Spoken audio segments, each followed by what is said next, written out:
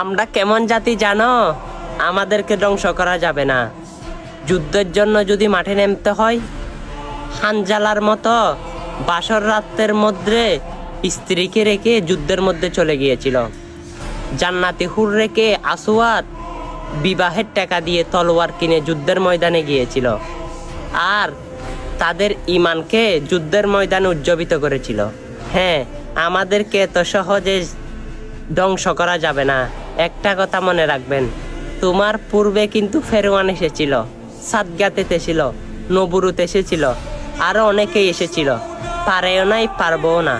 অবশ্যই শেষ ম্যাচ দেখবে আমাদের প্রিয় নেতার কথাটাই ঠিক হবে।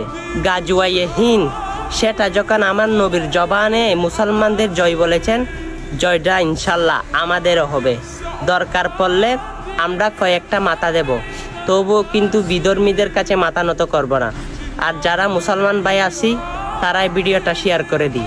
আমিন। বিসমিল্লাহির রহমানির রহিম। ইয়্যাকা না'বুদু ওয়া